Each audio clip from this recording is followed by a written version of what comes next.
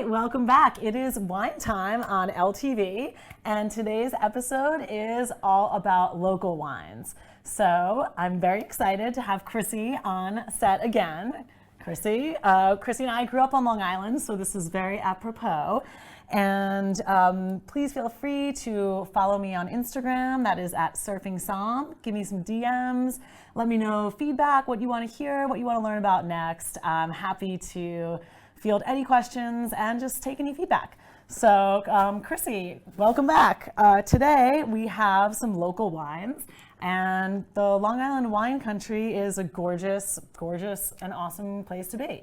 So the first one I wanted to talk about is this wine. It is called Horses. So this is Macari Family Vineyards. Have you been to Macari? I have, with you. Yeah. Love Macari. I love Macari too. They're such a cool family, and they're a lot of fun. And this one actually will roll to an interview. I actually tasted the current vintage before it got bottled, which is super fun. So this is Cab Franc, and this is a pet nat. Oh, have you ever heard that term before? No, I have not. I know, it's a real geeky wine term. So this wine is going to be pretty different. Do you see how this is a... Like a bottle cap. Exactly. This is a crown cap. So it is just like that. You open it like you would a cerveza. Like a beer. Like a beer. And pretty much it is a sparkling wine. So you can see from the gas evidence and the bubbles clearly that this is sparkling. And you see how light this color is? So this is really, really light pink. This is made from 100% Cab Franc. Do you know where Cab Franc originates? I want to say France. Yes, France would be the correct answer. We just learned about it in the last episode, so this is a Bordeaux variety, excuse me. Swirl and smell. Okay, this is really, really kind of a cool wine. Are you getting like immediately kind of an apple? I got apple cider vinegar.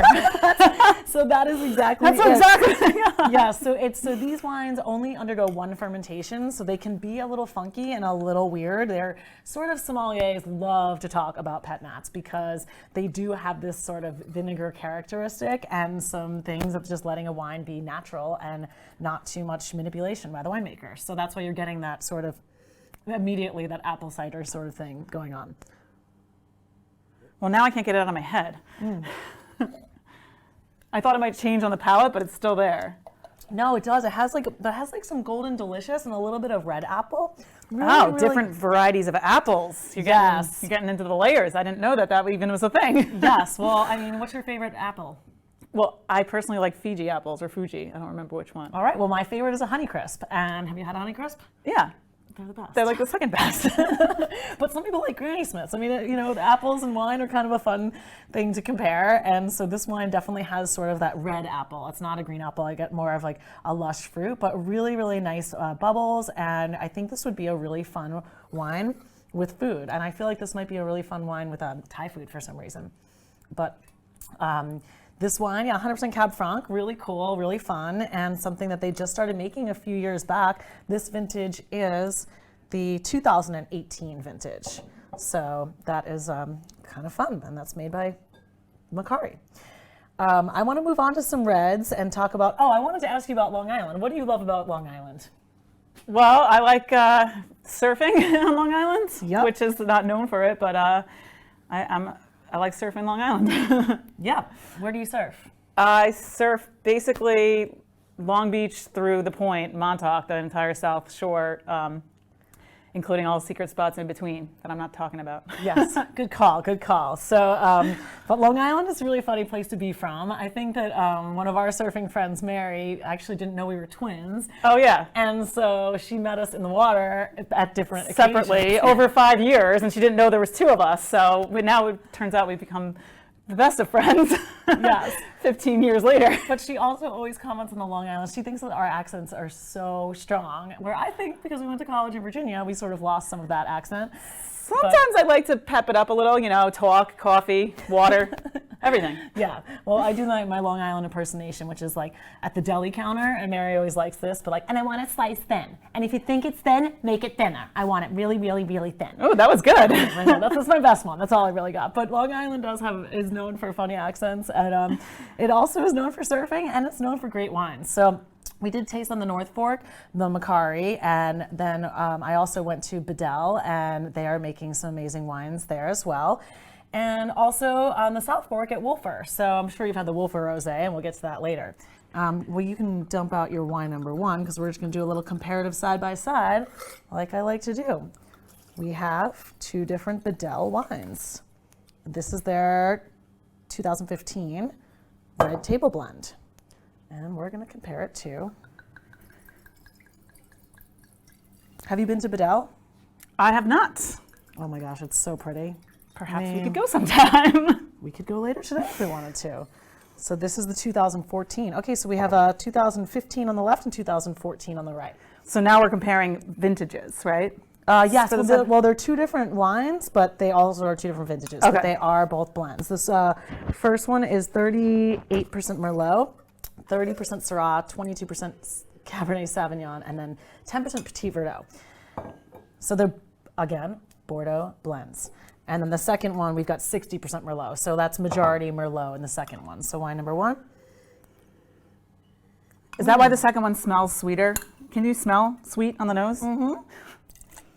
The nose is really important component in wine. The appearance and the nose are two very, very important things. Oh yeah, I know what you mean. And also a little bit of vanilla. I think this one has seen a little bit more American oak. Or maybe just aged longer. I love the terms. I always forget vanilla. That's a term. Vanilla, you could say it very Long Island too. Mm-hmm. Oh, these are both really lovely, lovely expressions. I think that they're doing a great job here with some of their, well, all of their Bordeaux varieties. But which one do you like better? Which one are you enjoying? They're both really, really good. Actually, I'm impressed with both of them because I've never been to this vineyard or had any of it. Oh my gosh. Yeah, they're really nice. I honestly like them both so much that I don't think I can pick a favorite. Oh, I'm getting like a little bit of, this one has a lot of plum and that vanilla, but then there's like some caramel and a little bit of cocoa.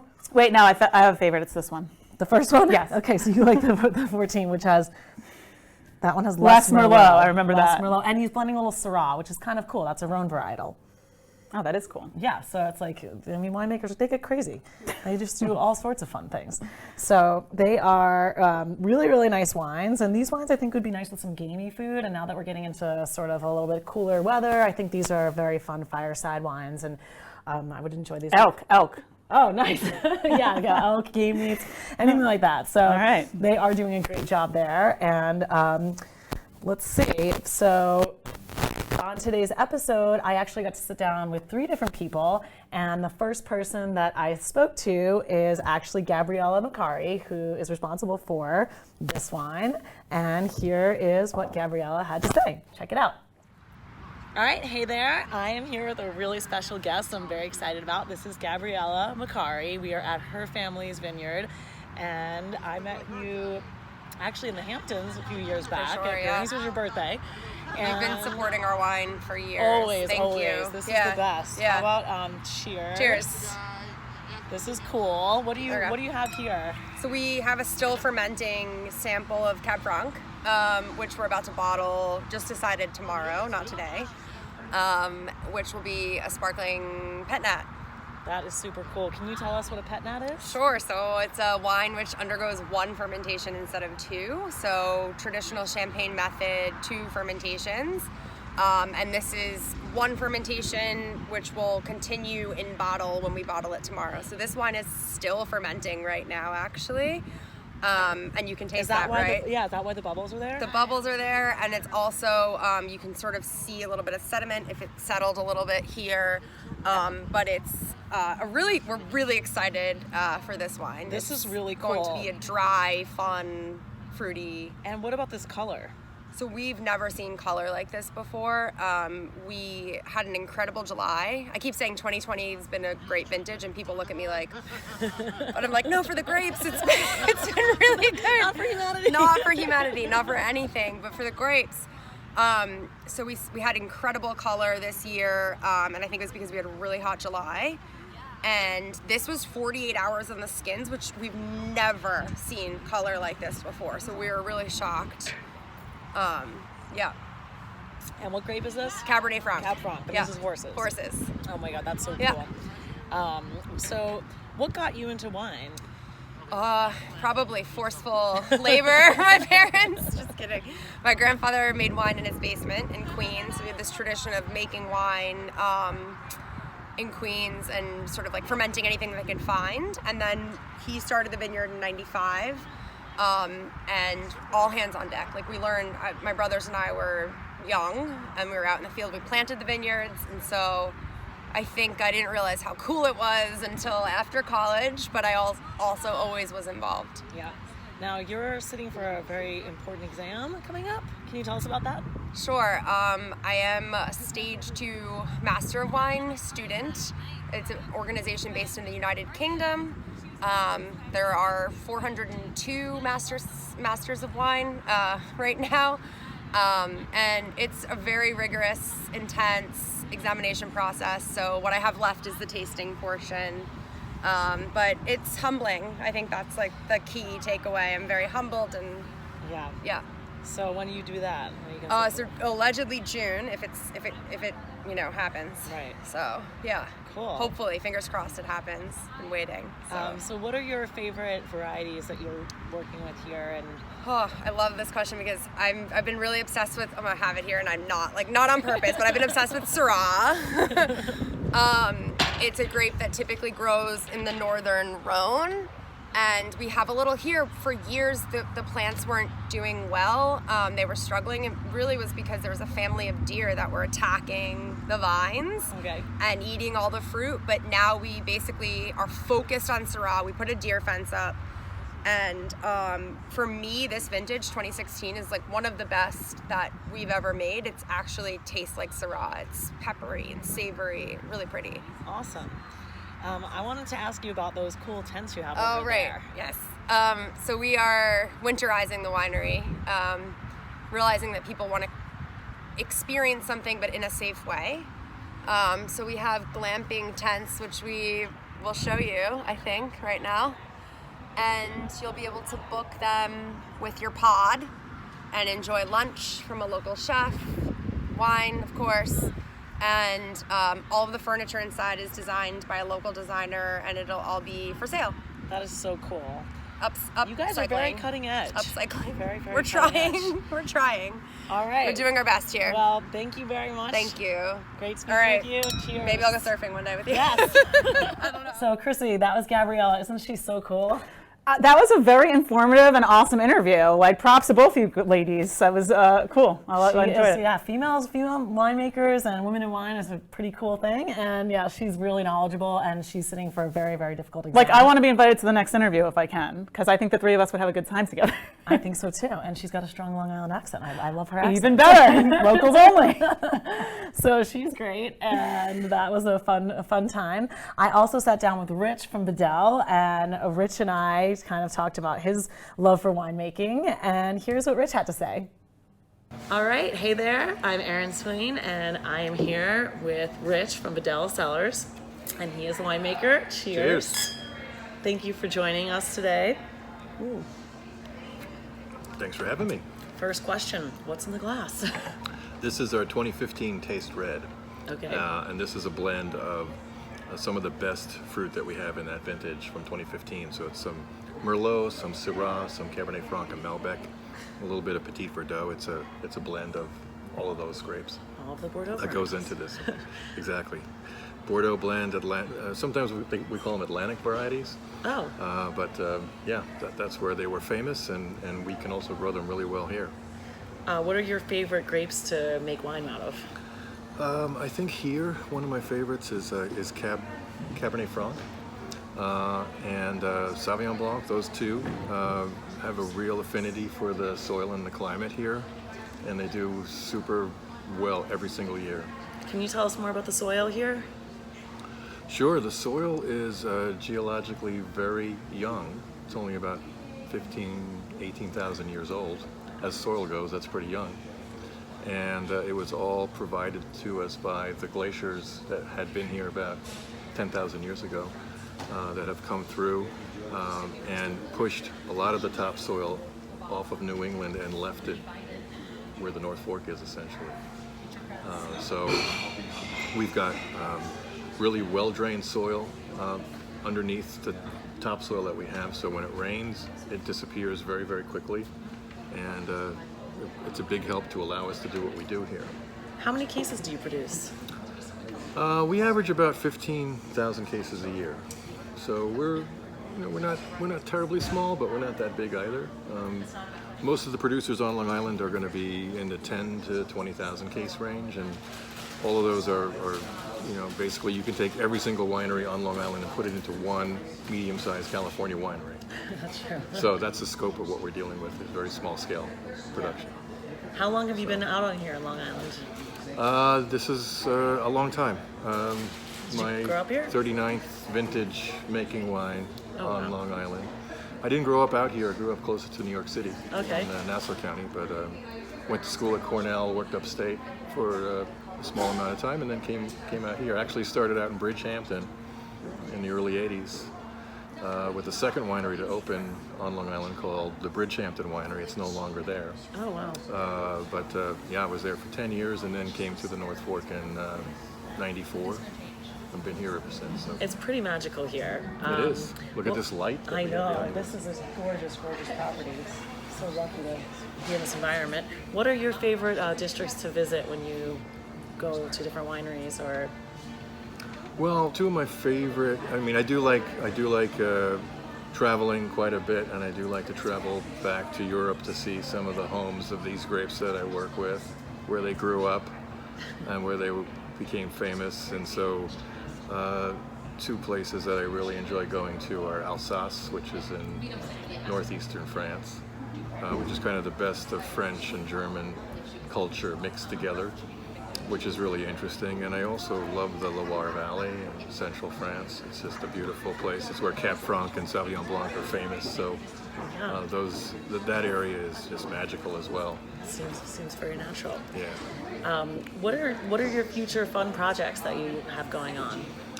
Well, we're putting in some new vines next year. We're planting a little bit more of a grape called Albarino. Oh, cool. Which is a grape famous in northeastern Spain. Rias Baixas.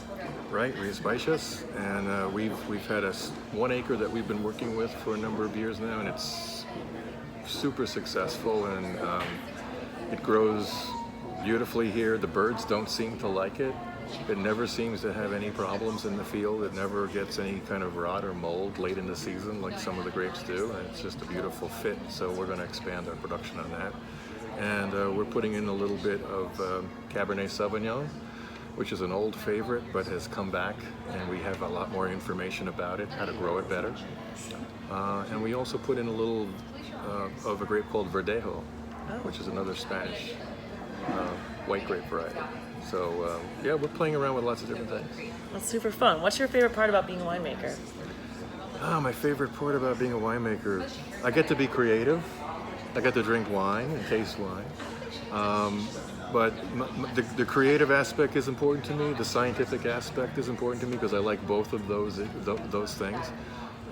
There is a historical side to winemaking where we're working off some of the efforts of people, over the last 100 years or more. We're building off of that, and I also like the romance of the industry that's involved with that. I mean, we're making a product that people can sit and really enjoy and make their lives nicer, more fun, more celebratory, and I enjoy that, being a part of that, and I know that that's what people are doing with wine. It's been something that it makes me happy when people are enjoying what I do. Well, I will drink to that. Cheers. Thank you very much for joining us today. Thank you for having me. Pleasure. Cheers. All right, Chrissy, what'd you think of Rich? Oh, that was another knocking it out of the park, Erin. These interviews are really, really exciting for, a mundane subject of wine. You've really done a great job, gathering resources and putting cool people in front of your camera and educating people. Oh, well, the wine world is full of cool people, farmers, really laid back individuals, and a little bit nerdy sometimes because they love their craft and their art. So he is a great, great character, and he's been making wine for a long time, so that was very fun. Finally, I got to sit down on the South Fork of Long Island, and I got to talk to Roth from Wolfer. Here's what Roman had to say. All right, hey there. I am here with a very special guest. This is Mr. Roman Roth, and we are in the wine library at Wolfer Estates on the South Fork of Long Island. Welcome. So, Roman, what brought you to Wolfer? Well, what brought me to Wolfer was Christian Wolfer, the founder of the estate. In 1992, he was looking to start a winery. He looked for a winemaker, somebody who could do the work. And well, he looked in California, looked on Long Island, New York, looked in Europe, and we met. And he told me that Manhattan is half an hour away from the Hamptons, the New York stretch of the truth. But it worked, and it got us here. Also, the promise that he wanted to make the best wine possible. So there was, buy whatever you need to buy, just make the best wine. So there was a great promise, and well, I'm glad I came. Awesome. 28 years later, still here.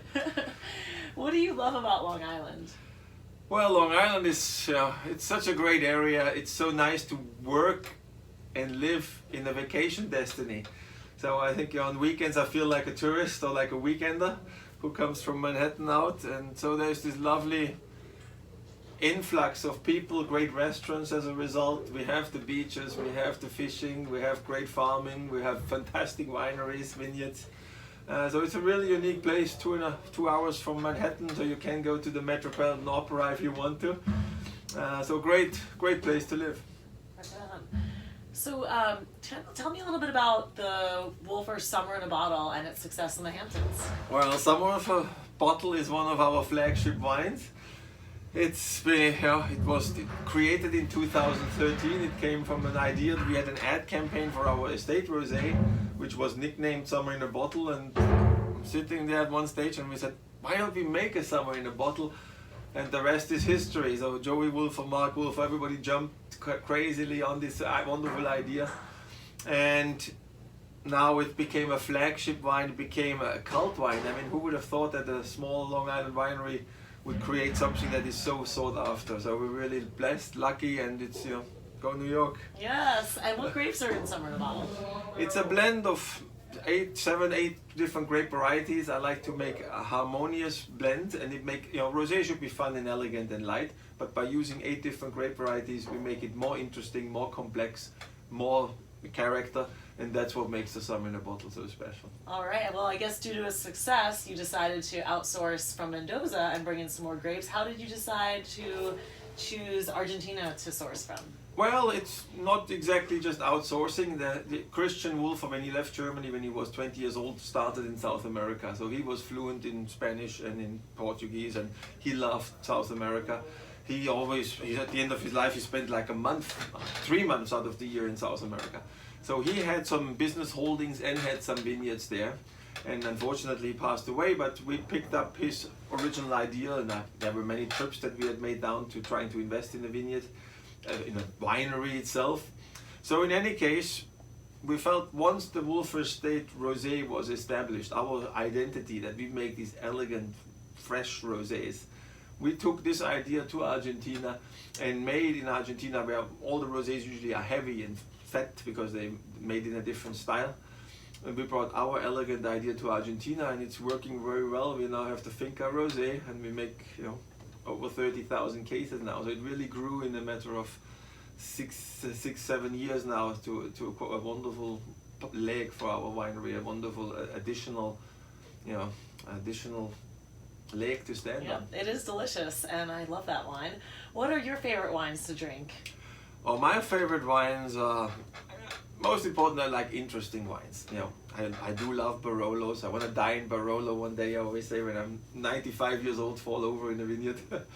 And I love champagne. I love German Rieslings, of course, Burgundy. But it doesn't matter. It would be boring if we only would listen to rock music, so you want to have different things going on. And the same with wine. One night you love a fresh, elegant Riesling. The next day you want a lovely Merlot from Long Island, and another day a Pinot from Burgundy. Right on. All right, well, thank you very much for joining us. My pleasure. Well, cheers. Cheers. We had a fantastic vintage. 2020 was a dream year. So we had 19 and 20 now in the tanks, which are just some great, great wines coming up. So lots to look forward to. Looking forward Cheers. to it. Thank you. All right, Chrissy, Roman is fantastic, isn't he? Yeah, that was another enjoyable, great interview. Yes. Long Island. And so the rosés there that they're making, I think, would rival the ones in France. And so Long Island is making some very, very beautiful, prolific juice. And I think that is something that if you haven't checked out, you should totally go to the vineyards, taste the wines, buy the wines, support local, and Enjoy the traffic, people. that is true. You can't get away from it. All right, until next time, this is Wine Time. Cheers. Cheers.